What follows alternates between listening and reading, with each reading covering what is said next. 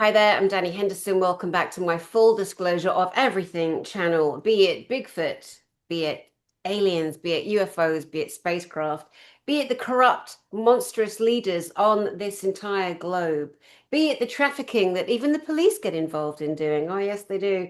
Be it anything that shouldn't be it anything that is against love for humanity. And you're going to hear about it on this channel. My two friends today, welcoming back here, the wonderful Beverly Rhodes. Hello, Beverly, you global starlet, you. Hi, Danny. Nice to see you again. Good to have you back. We're going to catch up with where you are in the world, what you've been doing, and those of you that have never heard Beverly Rhodes, where have you been?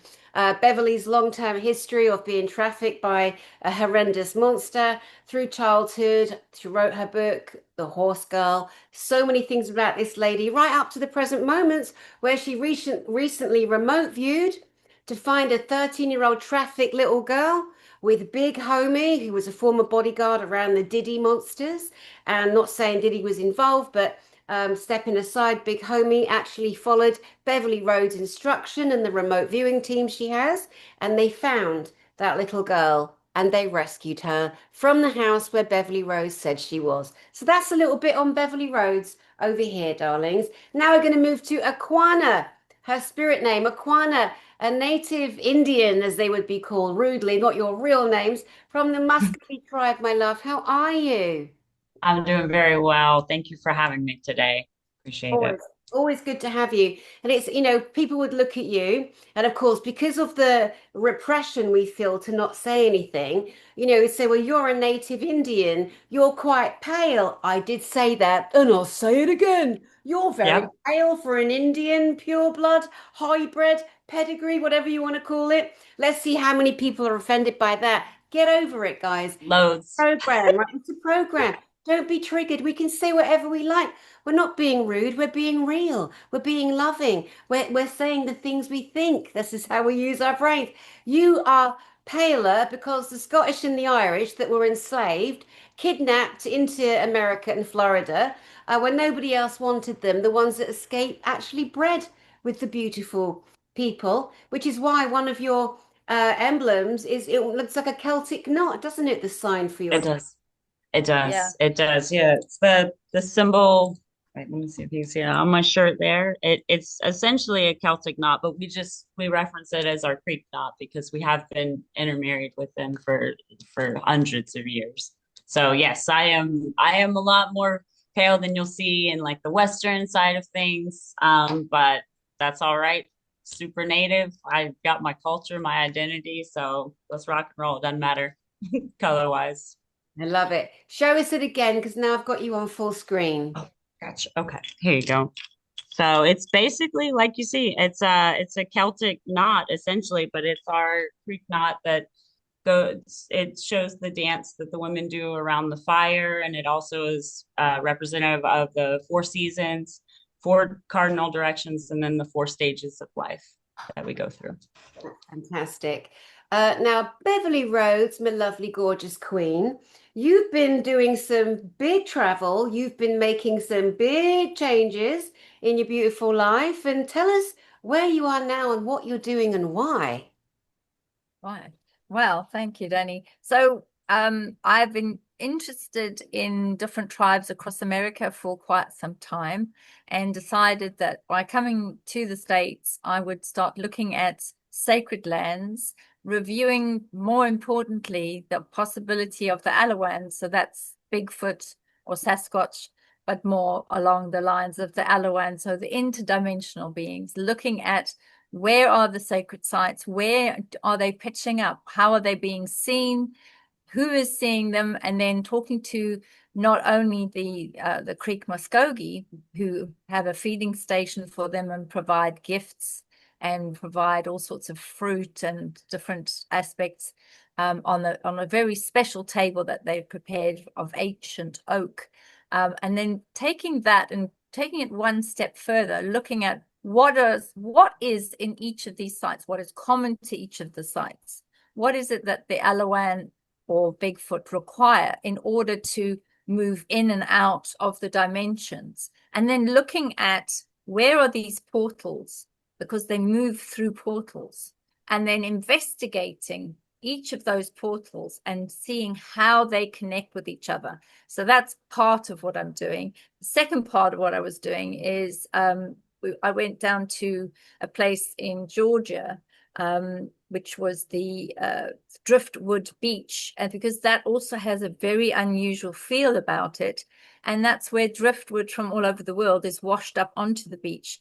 And it's quite eerie when you go there. So we did a lot of filming over a weekend, my birthday weekend.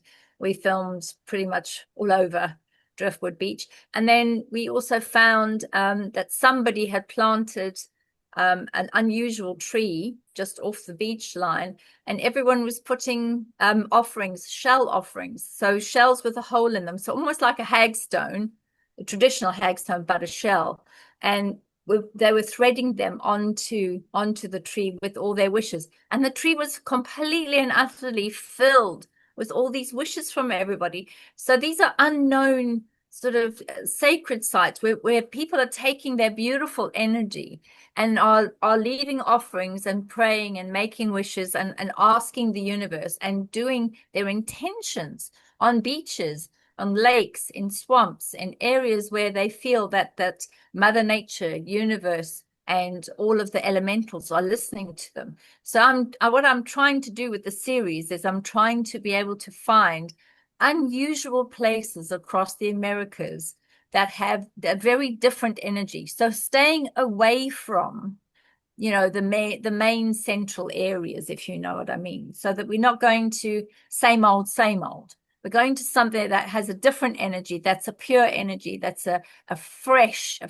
new energy. So that'll include places like the Georgia Guidestone. So we're going to be going to that. We're just busy discussing with the mayor, if it's all right, if we can go to them and film there. And then possibly, depending on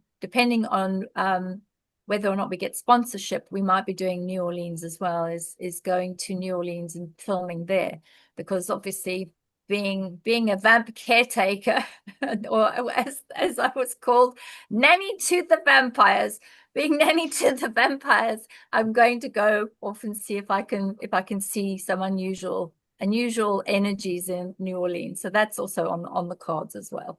Oh my goodness, that's so much, isn't it? It's so much and so exciting. And again, for those that don't know anything about Beverly Rhodes, as a little girl having to take care of actual vampires and the women who volunteered their necks to be relieved of their life-giving force, go back and look at some of the videos I have on my channel with the Beverly Rhodes. Okay, so much to say there. You mentioned the Bigfoot, the Yes. Auana, and until I've met you, Beverly, I'd never heard of them being called the Auana. Had you, Akwana?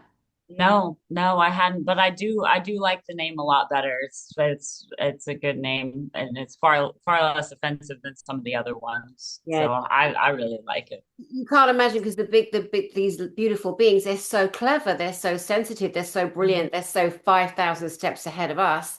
And they're not just hairy lumps of Neanderthal or prehistoric left behinds. How rude. But you can imagine walking around going, leave my feet alone. Stop calling me Bigfoot. I'm going to get upset with you lot.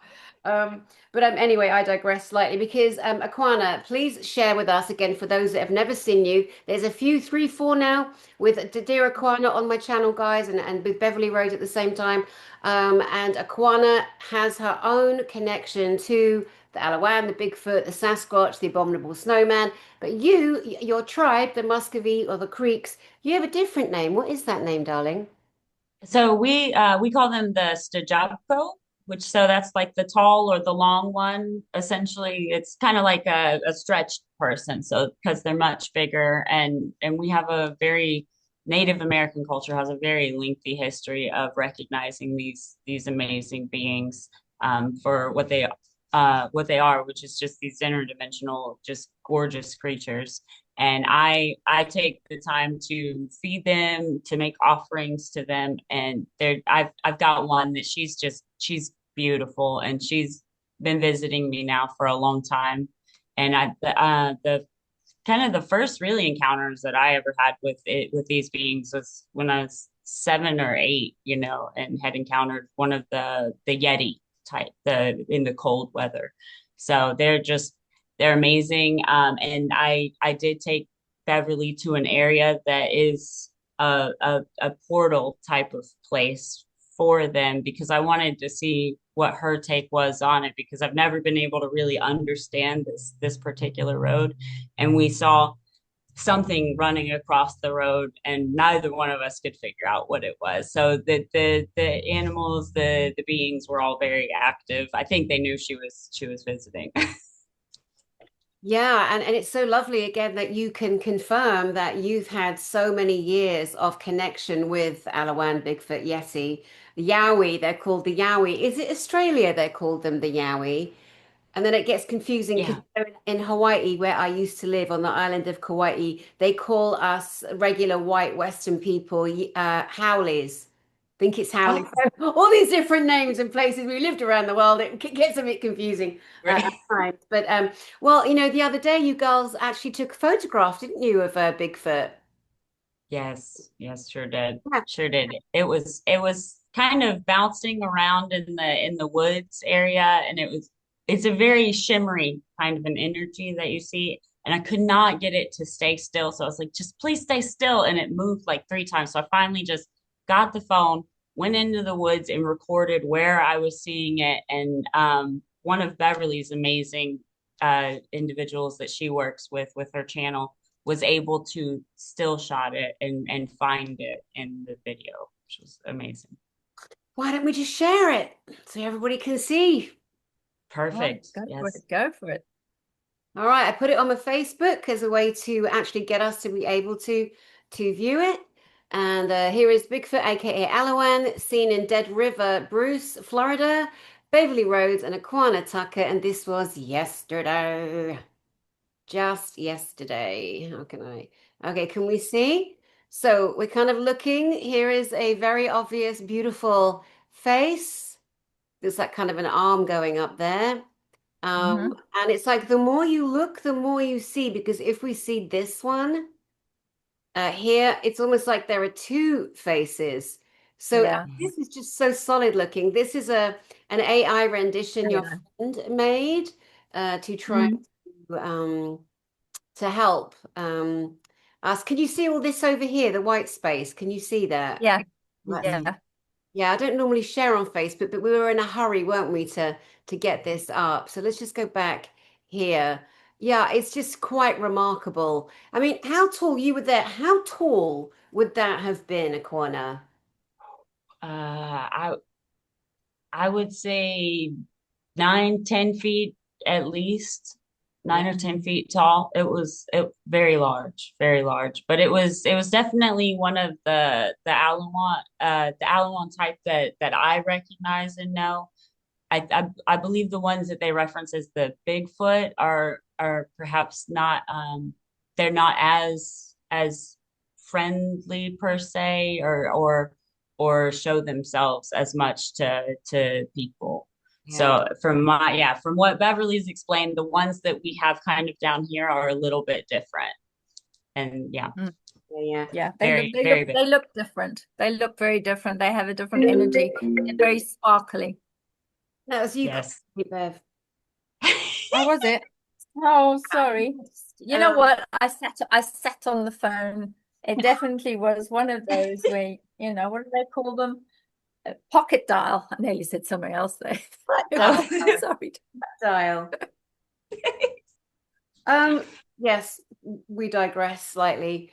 But yeah, I mean, amazing. So that's just yesterday's footage of Bigfoot. And every time we've come on, Akwana, you've shared with us your connection to them, the fact that you leave food, that they will leave a little art glyph or a wood glyph for you. And for those that don't know, I don't know, oh my gosh, the person I learnt the most from on the subject of, he calls him Sasquatch because he's at the Sasquatch River in Canada, and his name is Sunbo Truebrother.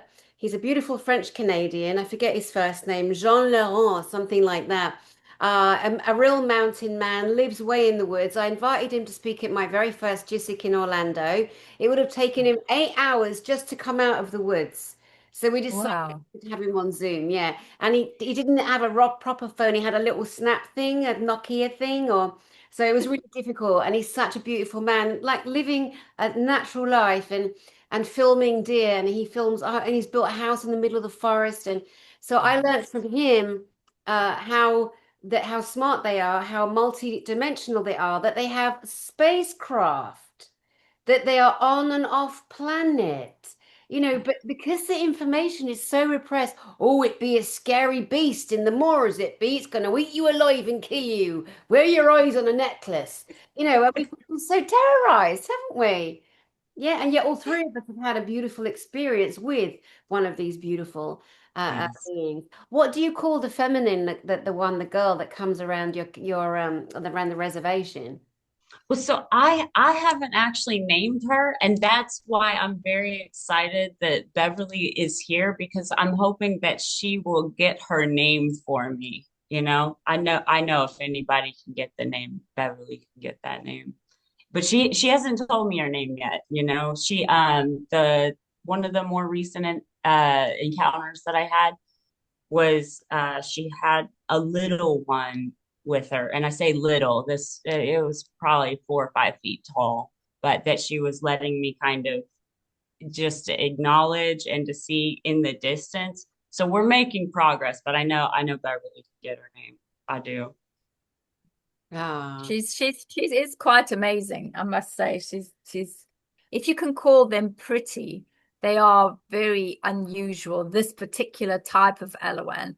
And I think because we were going to look at the different swamp areas, one of the questions that I was going to pose was, are they all connected?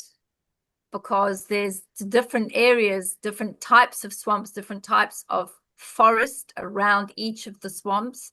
The water, when we went to have a look at the water, so clear. You can see right down to the bottom. It's right, literally, it's like a mirror. That's how clear it is. It's beautiful.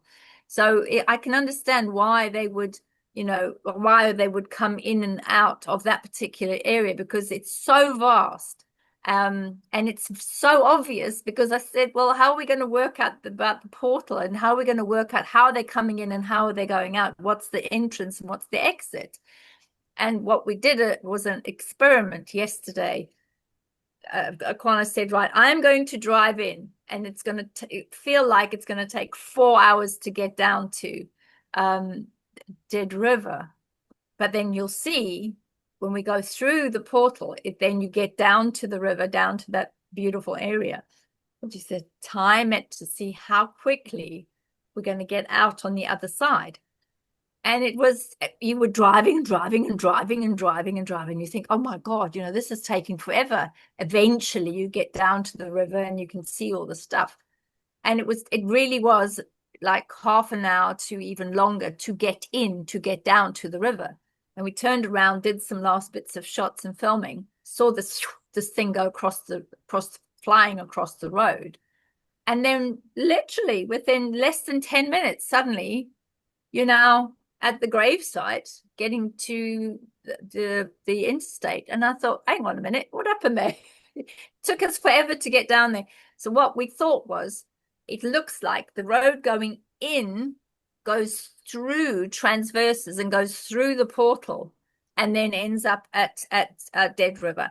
Then coming out, it looks like you're on the edges, on the fringes of the portal. So you don't actually touch the portal. So you're going around the edge with the road that goes out. So you're nowhere near the portal. And that portal is where they're coming in and going out, because that's where you saw that shimmer in the trees, where they just don't keep still enough for you to be able to get the shots that you want to get.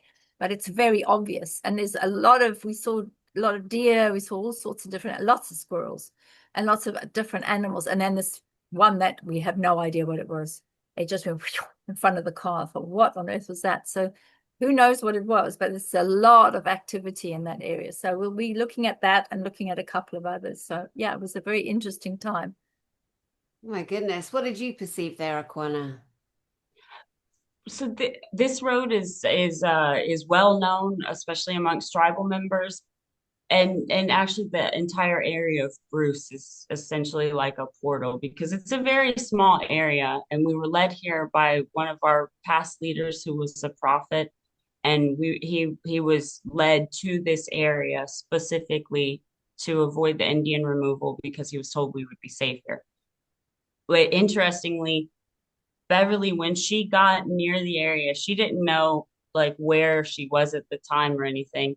And she said the energy here is so different. Like she picked it up immediately. So the whole area is a portal, but that road specifically is where you can get the best physical feeling of what that portal is doing because it takes you so long to get into the end of the river and then you're just out like that in like a split second. It doesn't matter how many times you go down that road, it's the same every time, and it's baffling if you don't know what the portal is and what that road leads to. But it's well known for its kind of magical properties.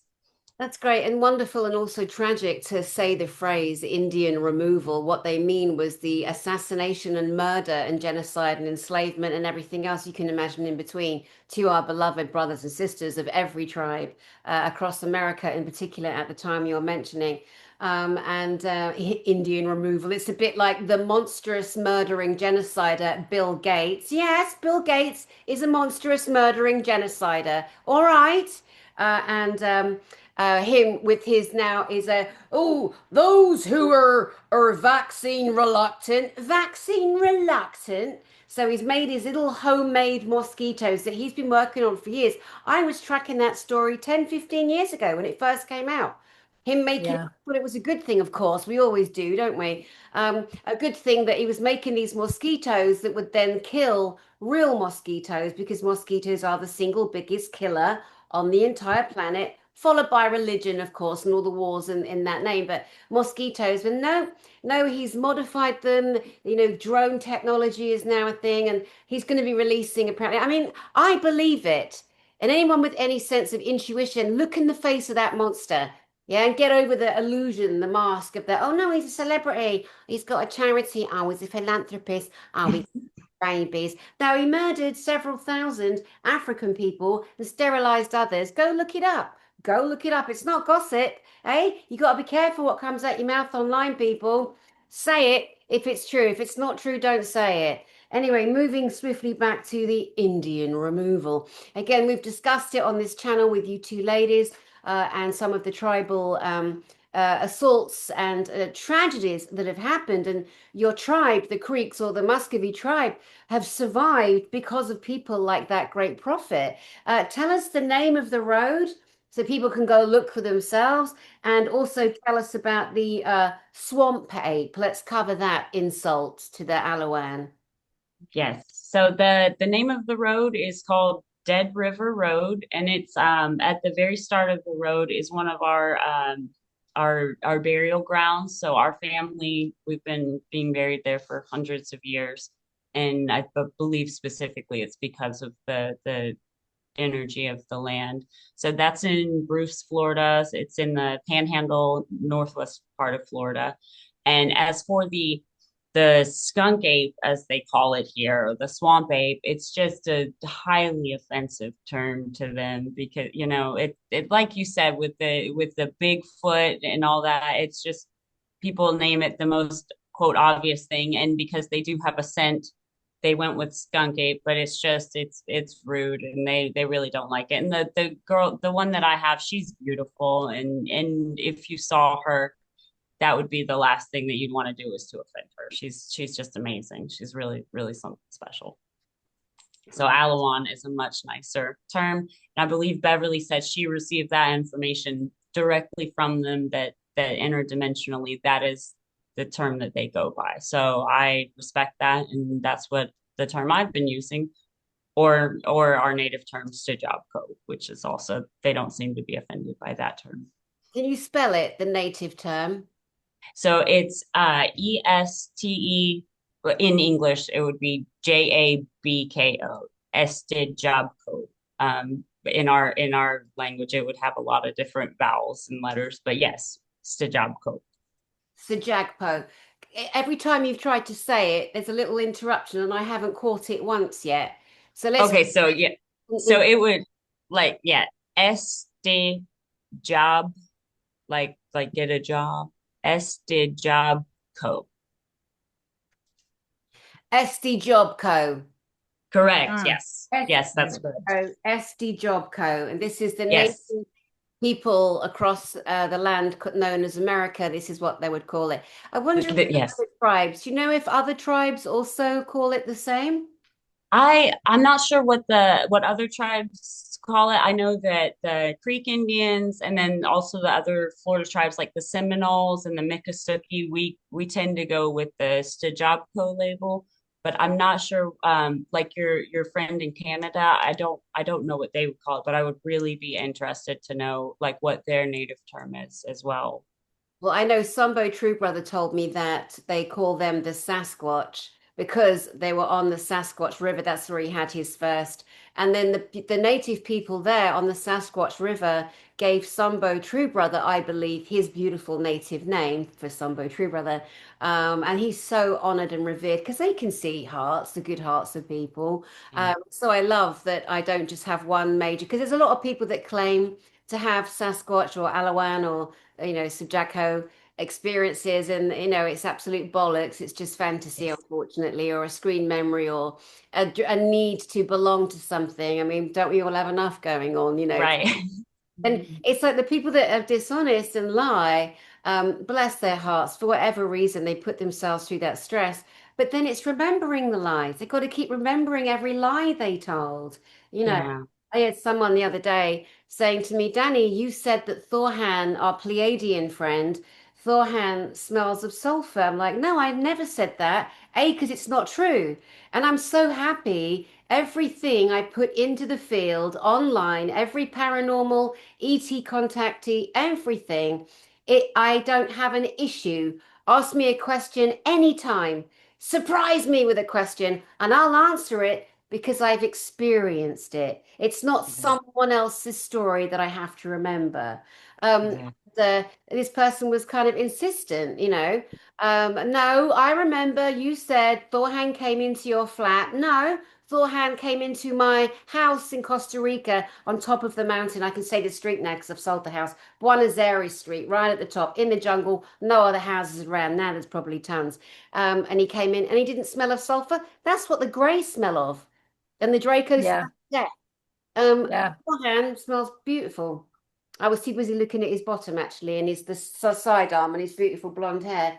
Yeah. So anyway, so that's what I'm saying. So we know we're telling the truth. We don't need to go looking in books or what did it say on my phone, and all the rest of it. Again, lesson to people out there.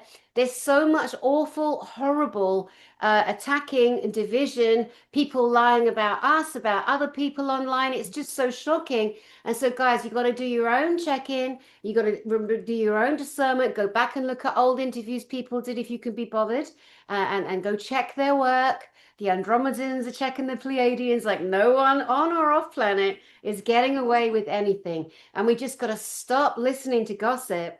And also, we can recognize frequency in people when they're telling truth, the way people look when they're trying to recall a story. Because when we're online, we're reversed, right?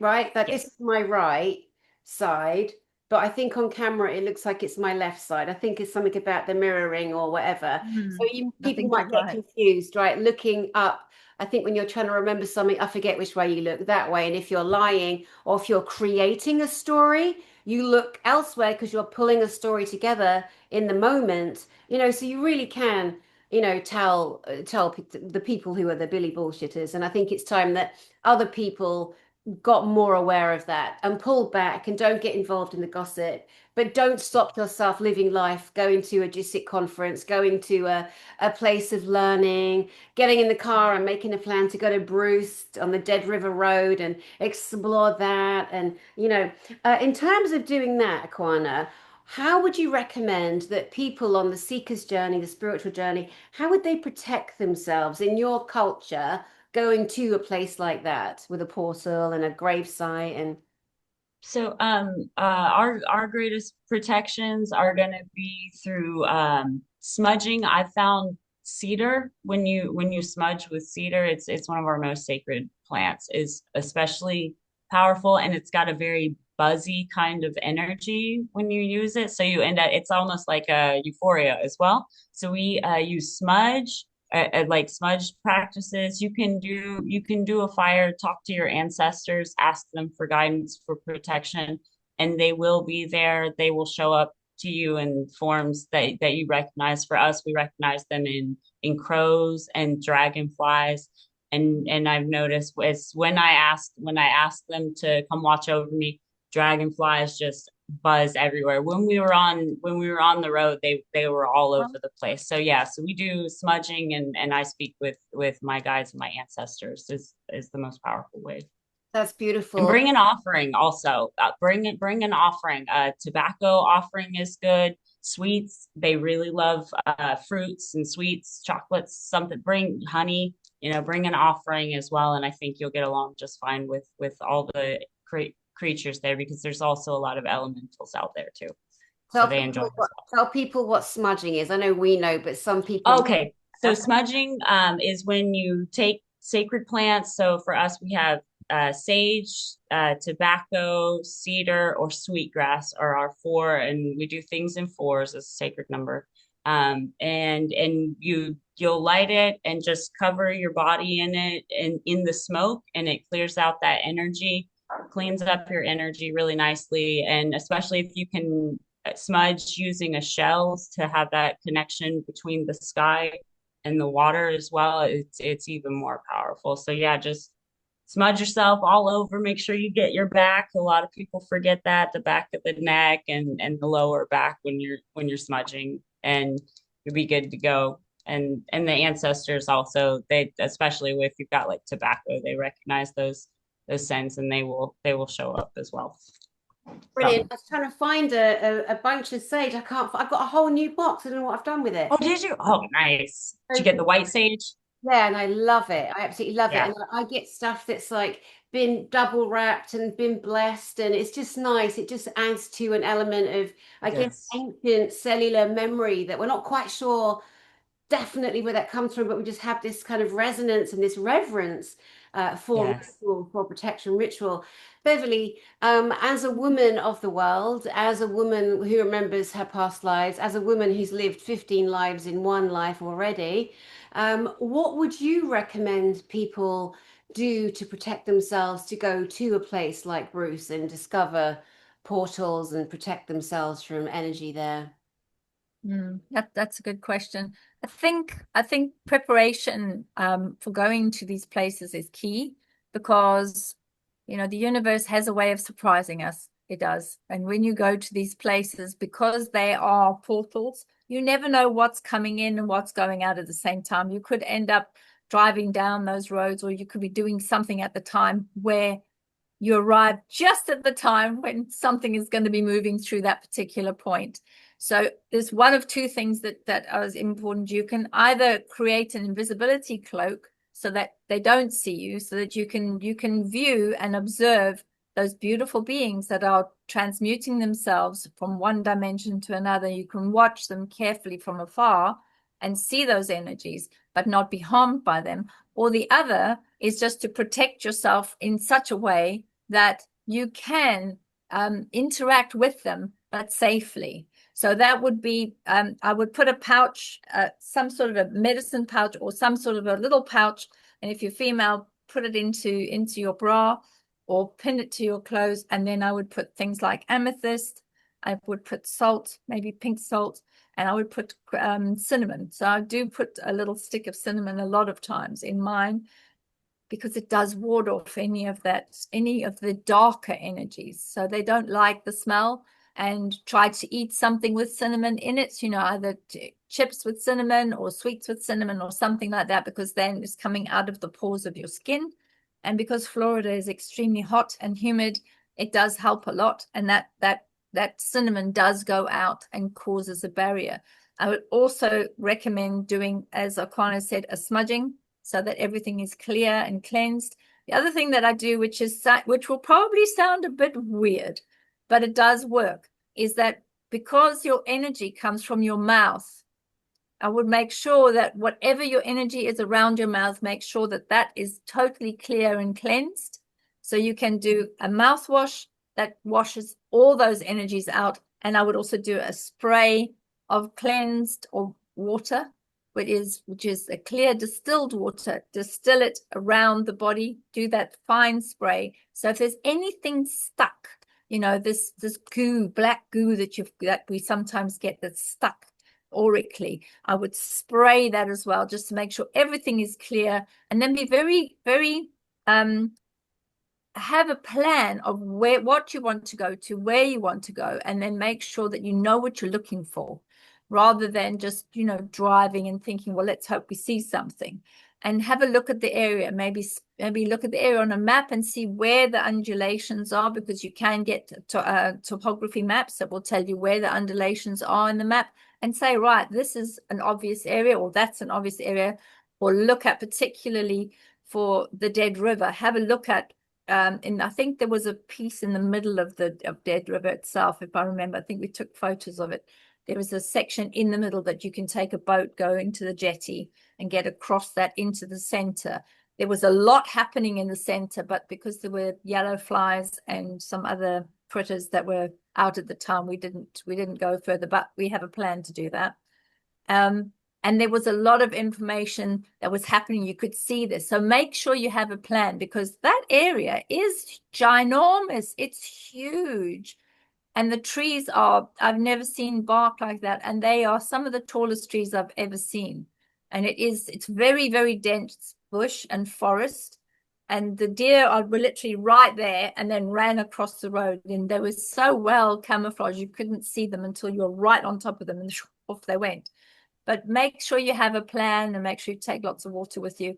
I put crystals in the water, because that then will give you that crystalline structure in your body, also part of the protection. If you've got Palo Santo or cedar, as Akwana said, I would do the smudging. But make sure that, I would not go out there if you've been drinking a lot of alcohol or utilizing substances, because that's not helpful. It just causes that schism where your energy is open, and that can allow all sorts of negative things in, as well as positive, but it also allows negative things in as well. Amazing, amazing. And I'll just add briefly what I do going into areas. If I know, because, where there's good, there's potentially been something not so good. And, some of us that are, warriors and for the light, we also know how to defend and protect ourselves. And what I do is just put myself in a bubble, but I start from the inside out. So I imagine the tiniest light, the grain of sand, that's the light, and it gets bigger and bigger gently, because nobody needs to jolt their nervous system. So you bring up the light all the way around, below, around, above, behind, especially behind the heart, and then expand out. And then on the edge of that, I might stick 50,000, taser guns charged up to the maximum, because I care not. If a negative frequency comes in, whether it's from a human, a spirit, they're going to get zapped. And I have no interest. I don't care what the story is. You have no business being in my space. You come in my space, it's going to hurt. That's it. End of story. Doesn't matter. If you pretend to mimic yourself as a child, you're still going to get stunned. You're going to get tasered. No one's interested. And again, people have got to start being a bit more resilient in their courage, to stop trying to do the good thing all the time, the good girl, the pleaser. Why are you doing that? Why are people still living like that? Oh, I've got to obey my president. I've got to obey my boss. I've got to do what the bank tell me. I've got to do what the leaders of the world. They're self-anointed, self-appointed monsters.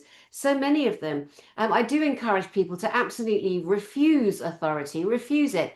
I absolutely want people to come a second nature to question anybody who brings authority to them, because 9 times out of 10, the people in authority are public servants.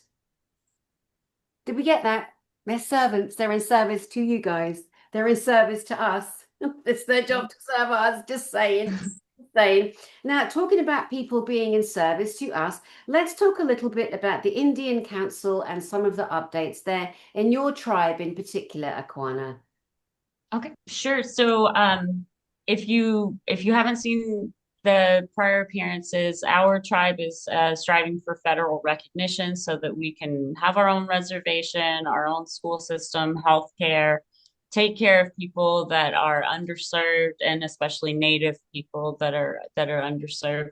So there's a process to get that done, and we are responding to the federal government right now. There is the turtle, what is it? The turtle meteor Turtle comet. shower is the Yeah. comet is going to be, which is very, very like good luck for us as turtles. And that's happening, I believe, around the 14th.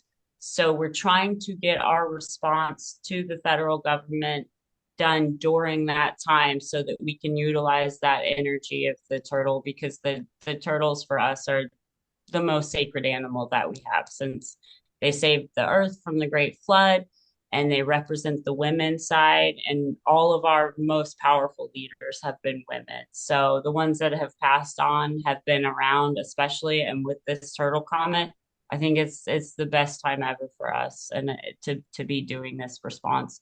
So just everybody put your energies out there to help us get this recognition, because then we can start to help people. And I feel especially passionate that we can even be doing things as a tribe to help trafficked individuals as well, to get them the help that they need. So there's a lot of good that can come from us being recognized if we can get this. So. It would And hopefully, I know you've built your mother is the chief, and she's also Correct. been part of.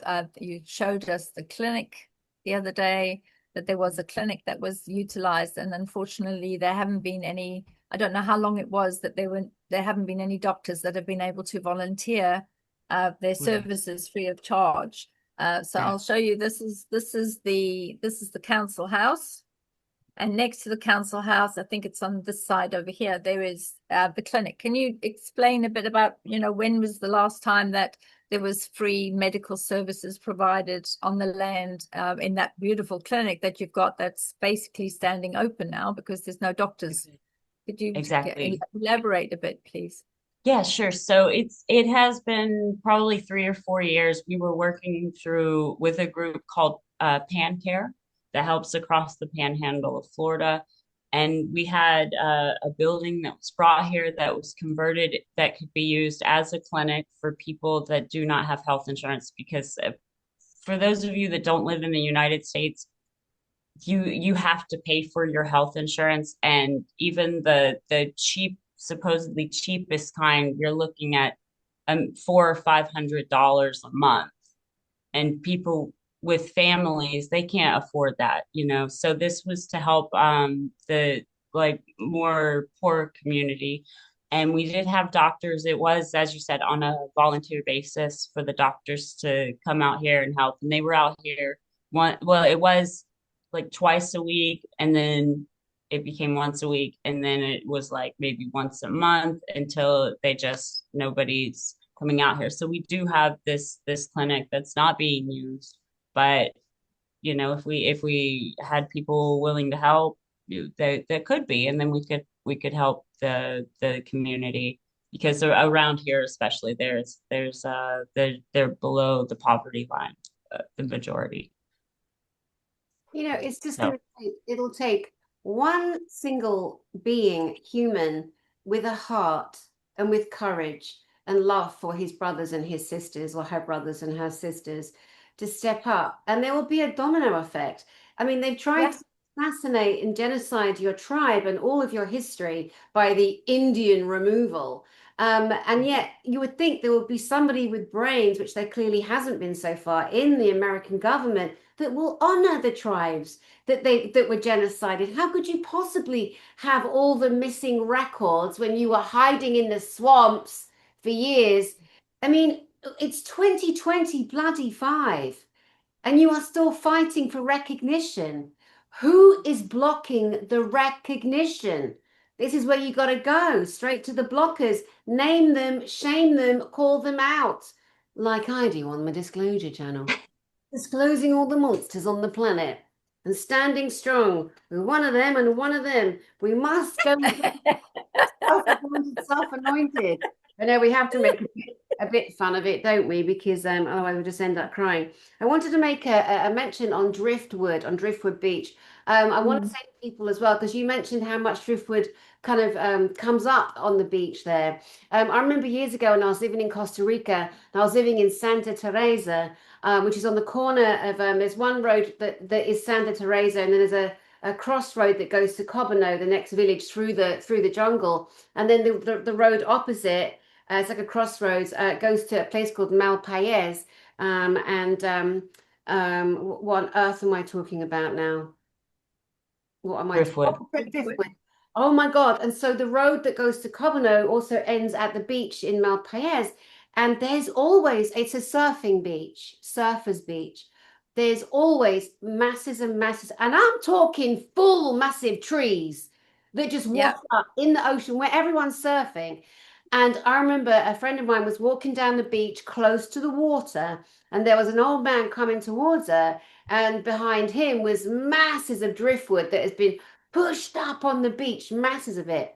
And the old man who'd lived there a long time and knows the turn of the water kept an eye on my friend because all of a sudden a rogue wave came on the beach and grabbed all of the driftwood and slammed it back into the water, and my friend Oh. ended up going in with it.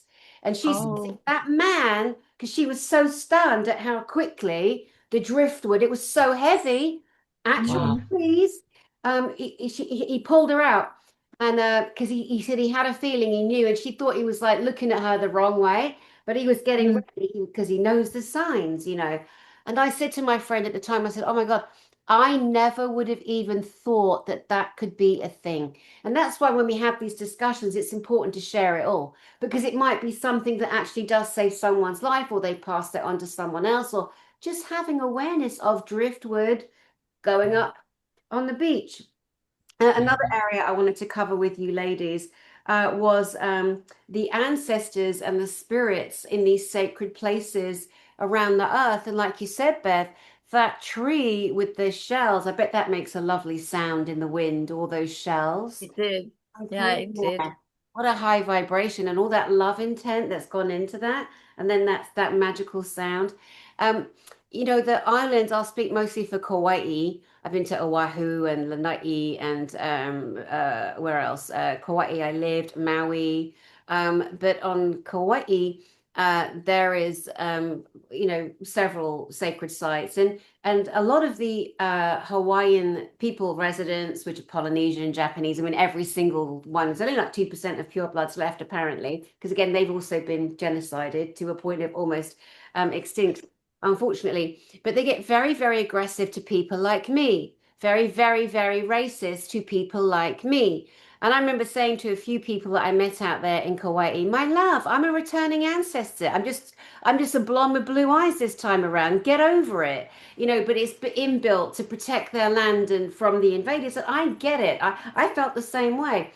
There was one place I went to, I was told about it, and it's at the top of a mountain, and I won't say where. They've got a bloody bus route going in there now. You could just walk in there before, but now it's a bus route and it's all controlled.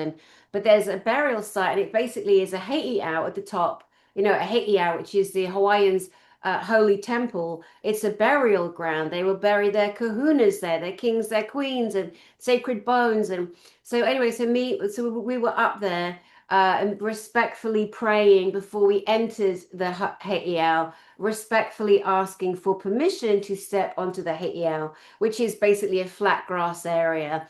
And then we were just there, and somebody brought a kid along, and the mountain. So we're on the heiau was flat, and then there was a big wall. And then people had left offerings. And at this point, I was in my 20s. I'd never seen this before. I'd never seen actual real offerings, like wrapped in banana plant leaves. And then there was crystals and there was sage and fruit. They'd left food there. And I was so intrigued. And I thought that's so lovely that people really hold their ancient ancestral rituals to so pure to heart. Anyway, this kid unintentionally like went in and was curious, and we're all in some kind of meditation, and this little one opens a couple of the rituals up, and a couple of women start screaming at the kid, which just shifts the energy completely. People start arguing. I'm like, oh my God, what's going on? That's awful.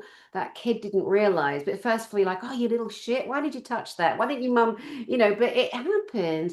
And then I had my camera and I should show these photos. I mean, I can't find them. They're probably in an album, in a physical album. And I took pictures of spirits coming out of the Heiau, and there's three of them. And it looks like three fogs, like it looks like fog. It's thick fog. And I'm like, kind of shoot myself at the time when I was like, oh my God, and you see more when the pictures developed, because something else Mhm. help people as well. All this, oh, look at your phone. Oh my God, it can make you dinner. Yeah, but it's not going to show you the orbs anymore, is it though? And that's deliberate. They've tried to put everything here on the black portal, on the black mirror, to stop us from using cameras. Remember how we saw so many orbs? 2008, 2009, 2010, and 11. And it was such Yeah. they're like, oh shit, now we've got to shut that down. We've got to brainwash everyone. Just use your phone. Don't use a camera. Guys, go get cameras. Go get good old cameras. And let's call in those orbs again and start, going back to that area of awakening spirituality that was shut down. Because we're opening it here in my channel if my name's not Danny freaking Henderson. Yeah, because I've had enough of that shit. All right. I know. We just have to speak to it. Anybody want to share a story on spirits rising or any beautiful spiritual paranormal experience that they've witnessed or attended or helped to invoke in the name of love? Have you want to go? No, you go first. It's fine. Oh, well, first of all, I just wanted to say, and I know that the incident in Hawaii happened a long time ago, but that poor child, I bet those spirits were just coming around to be like, y'all, just chill out. It's okay, and I hope they were wrapping that child because he or she did not know any better.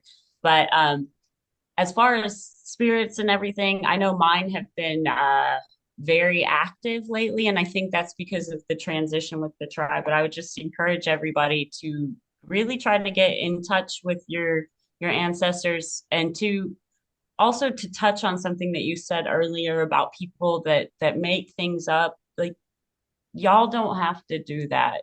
Just tune in, ground yourself, and these things will appear to you, or you will sense them, or you'll catch something in the corner of your eye. And if you catch that, just keep your eyes straight focused and use those side eyes to be able to see it better. But you don't need to go make things up, because you will have your own experiences if you're genuine, if you're truthful, if you're coming from a place of light. I just want to let people know. You don't need to take other people's stories or anything like that. You'll have your own, I promise. So that's it. That's what I wanted to add.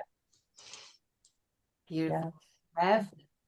Yeah, from my point of view, I think that the recent events on Driftwood, that was quite something, because as we were leaving after we'd finished filming, because we had to go back 2 or 3 times.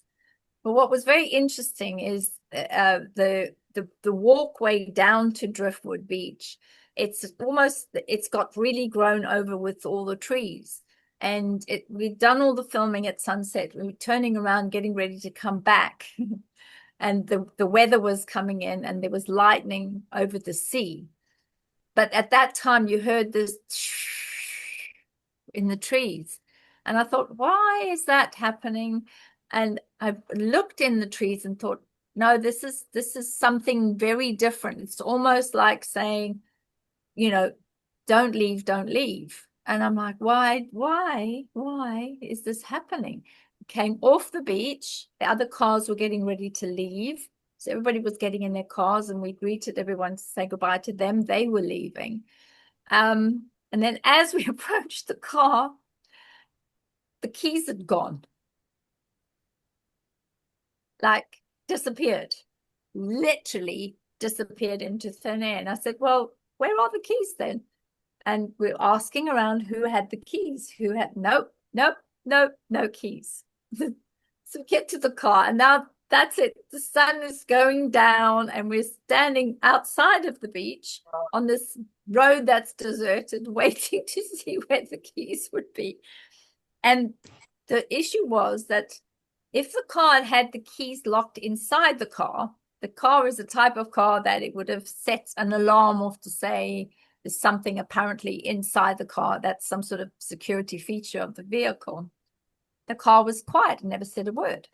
So we had to then phone 911. I phoned 911 and said, I felt silly. I said, so sorry, we're locked outside the vehicle. We're at Driftwood. We've got this electric storm coming in with all this thunder and lightning. You could hear in the background and looking up in the trees, waiting. But they kept us on the beach. But we had nothing unusual that happened to us except these eyes pitching up in all these eyes everywhere, which are, I think they're like raccoons or something, because there's an area where was it raccoons? I can't remember. It was raccoons and other things. There's a lot of raccoons in the South. They take over. They do. Wow. Well, these little eyes were everywhere, and wherever you look, you just see that they're watching you, and it's almost like that they didn't want the fact that they were able to share their amazing energy on Driftwood Beach. They didn't want it to stop. And then what was very weird, they sent the sheriff ranger, whatever you call them, really lovely people. They sent the ranger out, and then they sent this really lovely old chap who came out to rescue us. And we had to go all the way back to the lodge, pick up the spare set of keys, drive all the way back again to open the vehicle with the keys. Guess where the sodding keys were? Inside the car. How the hell did they get there? Wow. And they were in the film crew's pocket. How did they get from the film crew's pocket into the car? And the guy even said, "Oh, I've got my equipment in the car, and I can go along the." He's got this like this, I don't know what it is. Was it like a metal detector or something? He says, "I'll help you guys. We can go onto the beach and we can scan the beach." And I just said, "No, maybe it's not on the beach." Yeah, that's it. And picked it up, and there it was inside the car, but the car never, started with the alarms to say you've locked your keys in your car. And he was just like, how on earth did it get there? So I was like, yeah, they didn't want us to leave, which was really great. And there's all these little folk pitching up with these eyes everywhere. So I had to share that because it was just one of those where you think, and everyone's sort of saying, are you okay? Are you all right? Are you freaked out? I said, no, I'm not freaked out. Don't worry about me. It's fine. We'll just wait to be rescued. God, I don't get these things. So that's the story behind the not being allowed off Driftwood Beach. Good Lord. They just wanted to keep you, I know. All spirits and animals just wanted to hang on to you, So they It's kept you for a while. Those little black. I went to go stand near one of those huge trees, and I just saw these things going off. Oh, what's this? And me and crawlies, I'm not great. Give me a good old-fashioned snake any day. I'm fine with a snake or any of these, but bugs and things that, and I just, out of the corner of my eye, I just saw, and I stood back, and you could see, and there's a picture that behind the scenes picture of me going, what? Because they're covered in these little tiny black crabs. Oh, God. Of all the trees, because they're black, all the trees are pitch black. Oh, God. And they were just covered in these little crabs. And I was standing very close to it. I don't know whether crabs can jump. I don't know much about crabs, but I was dead scared that a crab could jump off there. So I don't think they jump. That was it. Well, I wasn't going to let it jump because there's just too many. There were hundreds of them, Dani. Oh my God. Hundreds and hundreds of them. I will send you some of the behind the scenes. Oh, that's so fine. You can You can keep those. Well, I'll just tell a quick story similar. I was living in Costa Rica, top of a mountain, in a house, in the jungle canopy, by myself. I've never do it again. Fucking traumatized from it. But anyway, uh, so many things like giant 3 and 4 foot iguanas are running across my Oh, knee. And anyway, this one night I'm sitting outside and my house was glass walls, and big glass doors that opened. It was just amazing. I was very blessed to have it.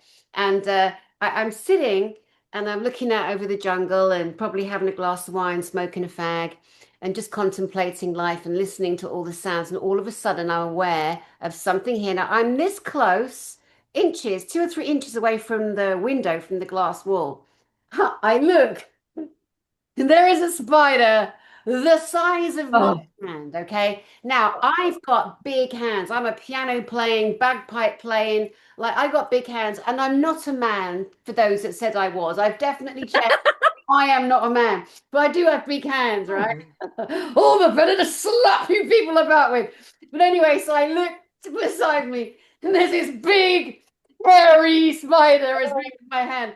And my thought was, A, don't jump. I mean, I've learned that the hard way. Don't panic. And I looked at it and I said to myself, Danny, it's a tarantula. Most tarantulas Oh no. most tarantulas actually really lovely. And I sat there and I said, come on, Danny, just you got to grow up. You got to get past all of your fears. And I thought to myself, shall I touch it? Right? Ah, So I literally went, I went to touch it No. really slowly. And it was on the glass, right? Hang on, let me get to it. And it went like that, right? It ah. made that movement. And I thought, oh, shit. So I slid off the chair, right? Then I went in the house. And because it's on a glass, wall, I took a picture of it and it looked like this. Oh God. So violent. It was so angry. I remember Jeff Burr, my vendor manager, my friend first at my G6, I was sending it to him. He was like, Jesus, Danny, that looks so scary. Anyway, I went to bed, and the next day I was meeting my friend Jane Muir and her kids for Sunday lunch in the middle of the jungle somewhere. Someone's doing English Sunday lunch. We went there. And I said, oh, guys, I saw a spider last night. So I think it's a tarantula. Anyway, I got my camera reel on my iPhone and showed them. They were like, "Oh my God, Danny, that's a Brazilian wandering spider, one of the most Ah, dangerous spiders in the world." And oh. yeah, and one of the only spiders that will jump on you. Oh. Wow. So when it went Un that, it gave me a warning. It could have jumped on me. I could have been killed. But I'm sitting there, wow. had a glass of wine and a fag. Oh, shall I touch? I think I Yeah. should touch that. I'm gonna touch you. Exactly. So I'm kind of over the creepy crawlers and the cicadas and the intense iguanas, Oh. ants, the 1 inch carpenter ants that come in.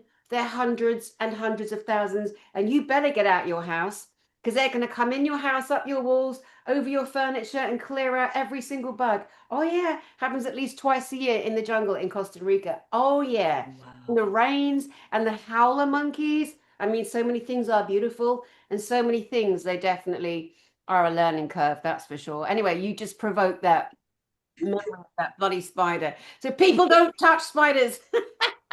No, I don't. I Other definitely ways. won't. No, no, no, no, no. Oh my goodness me. It's a very, I'm petrified of spiders. Give me a snake. I'm good with a snake, but no good with spiders. They just no.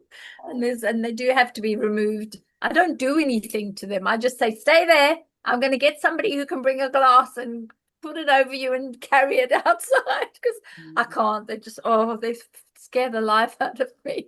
It's a silly Oh, thing. I'd rather have a wee goosey and goalie and something really awful that goes bang in the night than deal with a spider. What's that see, other funny tribally, thing? we love spiders in our tribe. We love them. Like, oh, I'm trying to make friends with every spider I meet. Y'all What just is send your spiders my way. what's the legend of spiders? I know the spider saved something. That's about as far as I managed to understand. What is the legend within your tribe? Right. So when there was the great flood, and the turtle, had saved all the animals on her back, there was the fire at the Thunder Island where the creator and source and all live, and the people needed the fire, so all the animals went trying to get to it, and they got burned and singed. And the water spider was able to build a web on her back, and because she could go across the water, she stored the fire on her back and brought it back to the people. So the spiders are very sacred, and the water spiders actually have a small mark on their back that start. They're very, very special. That's Oh, there that's she is. Yep, that's her. yeah. So That's your her. tribe has put into the book. This is Yes. this is the One Fire Animal Tales story from the Muscovee Nation of Florida. So this is the latest book that your tribe is doing, and that's available on your website, isn't it? Yes. Which is Yes. mnoffl.com. So that's your Yes. official Yes. website. But yeah, yep, the water spider did make it into our children's storybook. It's one that all of our kids know. And as a result, we absolutely love spiders. Dani, when you said you went to touch that one, I was like, oh, I hope she gets it as a pet. No. I could have walked it on a lead. It was that big, honestly. That's amazing. Oh, the size of it. Oh, that's just so awesome. I had a pet tarantula like when I was younger, Natasha. And so I was like, they make awesome pets. They really do. If you like Yeah, no. spiders, obviously, maybe not for Yeah. those that don't like spiders. Well, it's as bad as you going up to the Black Panther. I mean, really, what were you thinking? I thought I was making a new cat friend. I really did. There was a giant Florida. It's a black Florida panther, and the people say the wild that everybody says they don't exist here in Florida, and that's a lie. I've seen it. People in my tribe have seen it. There was one in my grandmother's yard. And I'm not kidding, y'all. I don't have any sense because I just was walking closer and closer and closer. And finally, this panther like looks at me like, "Lady, are you gonna keep coming up?" And I'm like, "Yeah, I am." And it bolted. It ran from me.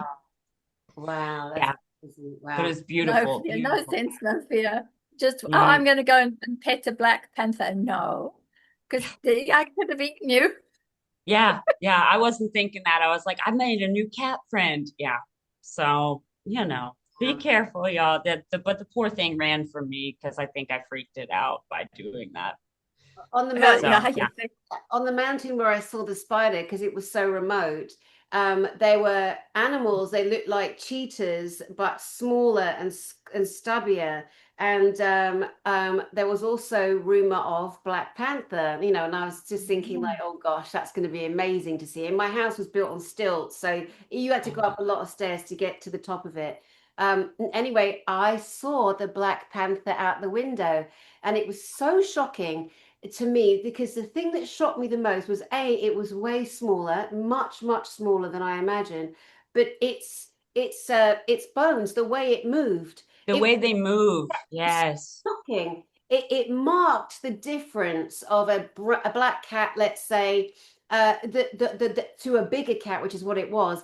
And that was what startled me, was its skeletal movements, the grace, but the shoulders on it. It was just, oh my God, it was just remarkable, remarkable. And Yes. it's a Oh, real that's gift. awesome. It's a beautiful I'm thing. so glad you saw one. That is so Yeah, cool. so Yeah. amazing. One Yeah. of my favorite stories on the whole of YouTube and in the world ever is the story of Diablo. And Diablo was a Black Panther that was rescued to a man, I think in South Africa. You can look it up, guys. Just say the spirit of Diablo and it should come up. And this black cat was just aggressive. It didn't come out of its cage all day. And the man was really trying to connect to it. And he got to the point where he thought, I'm just going to have to put you down. I mean, I've rescued you, but you're not, so he got an animal communicator, this lovely lady. She's so talented. The lovely lady sat with Diablo and spoke to him spirit to spirit. And she said to the man, he doesn't like the name you gave him. You gave him the Oh, name of the devil. You call him Diablo. That's devil. He's upset. And he wants to know what happened to the two little leopards. And the man's crying and he's emotional. Oh my God. He goes, tell him the leopards were rescued and they're good. They're in a good home. He goes, and I will not call you Diablo anymore. I will call you Spirit. And I swear to you, go look it up, guys. It's the most beautiful thing I ever saw. And this beautiful Black Panther from that moment on was outside, relaxing, embracing, whereas before it just wanted to die, just so Oh, amazing. I know. Well, that's we awesome. an end because I have somewhere I need to be, as we described earlier. But I just want to end on what the day is. It's actually Lionsgate Day. It is the Lionsgate portal. Today is August the 8th, people. Now, Akwana, I'll come to you first. Give us your understanding, especially with the turtle shower, because we know there the Perseid shower is going on July 29th to August 16th in the skies. I was out there 2 hours in the rain trying to blow away the clouds. It didn't work. I didn't see Oh, last night. Yeah, I'm out there in my anti-gravity sunbed. Like, wait. But yeah, give us your lowdown on what the tribes do at this time of year in terms of the Lionsgate portal, and what do you call it? so I mean, I noticed I always go with the full thing, 8-8 Lionsgate. I just like the rhyme. I don't know. So for right now, this is a really good time for our tribe to move forward with the recognition process that we're in, and it's this is a good window of time to get things done for us and opportunities as far as we understand opening up and it, for us, it's like the impossible can become possible during this time, So just make the most of it, everybody out there, because it's a really magical time, and especially with the turtle meteor coming through, like get outside and enjoy it, and do everything you want to do. Ah, beautiful. Yeah. Beverly Rhodes, my love.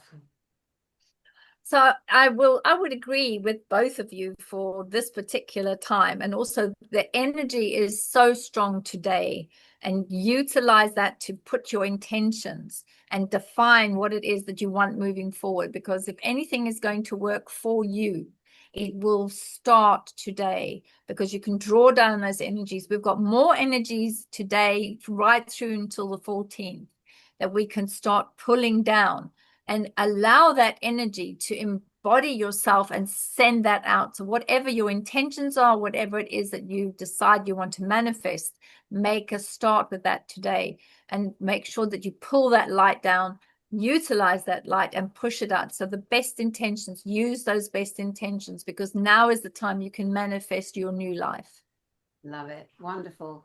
Thank you, Perfect. ladies, so much. It's always a joy to have you on, and I'm so happy that you're physically in the same space and you're together and you're exploring and you're reporting back. And Beverly, it feels like an ancestral homecoming for you spiritually, for me, that I sense with you. And I can't wait to have you girls back and share more of what is happening and what happens on the other side of Lionsgate. 8th of August, 2025. So It's thank a you big one. so much. Thank you, Dani. Always Thank you. my absolute pleasure. And to you beautiful people out there, sending you love. It is a crazy, beautiful, awful, wonderful time all at the same time. Focus on your inner healing. Stop listening to gossip. Don't let anyone stop you doing anything that you don't want to, that you want to do. And just be really strong, because we're all going to get through this together, joining hearts, unifying, being the love we came to be as much as is possible, and giving the odd person a slap here and there. Just kidding. Anyway, I don't invoke violence. I really don't. I really don't. But anyway, again, my name is Dani Henderson. This is my beautiful disclosure channel that I'm so proud to have, and bring beautiful people like these ladies on, and invite you guys on to be part of the audience, and also on my channel too. Lots of love from my heart to yours, and we'll see you soon. Thank you.